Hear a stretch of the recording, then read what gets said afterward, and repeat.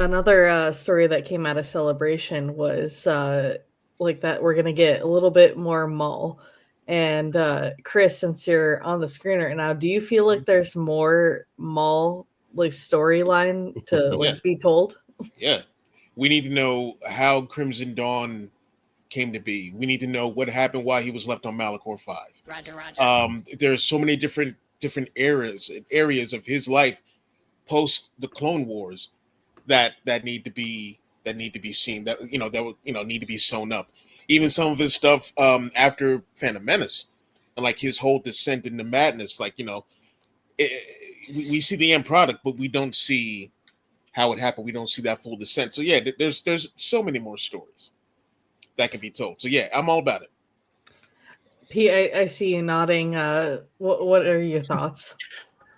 I'm going to take a risk here. I love Darth Maul. I have him tattooed on my arm here. I have him sitting right here next to me in the studio. But I don't know if I want to know more about him. I mean, Well, then don't watch it, Pete. I'm going to watch it. I'm going to love it, I'm sure. But I don't know. Like, I feel like we're going back to the well. I feel like this is what we've been doing a lot in Star Wars. That being said, I mean, Rogue One, you could say, was the same sort of a story that do you need it? No, but do you love it? Absolutely. I don't know. I'm going to watch it. I'm going to be there day one. I just don't know if I need this story. They said the same thing about Cassian Andor. Yeah, I mean, I'm just like we're literally like watching Andor right now. You have Maul tattooed on you, and you're saying, "I'm not sure I want more." Like, I preemptively gave you points, and now I'm like, do I subtract all 7 of them?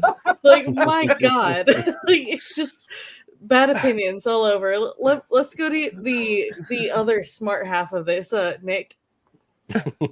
Well, Pete's just talking a bunch of nonsense, and everybody watching the show realizes that, because Darth Maul is one of those electrifying characters that it doesn't matter what's going on, whether it's Rebels, Clone Wars, the tag in Solo, and the hologram. People want to see that. People are confused. Wait, didn't he get cut in half? I don't care. Put it on the screen. I'll watch it, because it's like, and this isn't a hot take. This is just the dumb connection I'm making in the moment. Darth Maul is the prequels version of Boba Fett.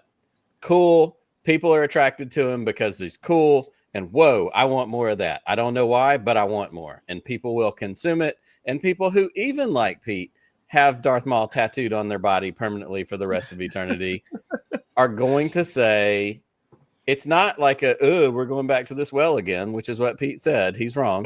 Wow. It is the opportunity to take a character, because I didn't super care about Maul until Rebels, but that arc in Rebels with Ezra and the showdown with Obi-Wan, that was the part where I went, this is a single focused, all it is about Kenobi. And that hit for me. And then to get the follow-up to that in Clone Wars Season 7 was just icing on the cake. Like, every bit of that. Yeah, come on. Bring me the Maul. Let's go. I'll smoke a pack of Mauls. Chris Abbott. All right. So, well, first of all, I got to mention this. I don't know why Lucasfilm didn't release the trailer online, because I think if you've seen that trailer, Pete, you would be singing a different tune, because they showed us that twice. It was so good. They showed it. Sam Witwer came out, and the room was dark, and the red lights came on right above Sam Witwer, and he says, "Roll it again," or whatever, and the room goes crazy. It was just absolutely everything you would imagine as awesomeness. But the way I look at this is, I look at this from a lens of Andor. I feel like, yes, the show's gonna be focused on Maul, but I think it's gonna be, hopefully, at this way, more focused on the underworld in general. I think the underworld is one of my favorite things about Star Wars in general. Like I said, I grew up with the criminals, Jabba's palace, all that stuff. I love that stuff. Boba Fett, bounty hunters.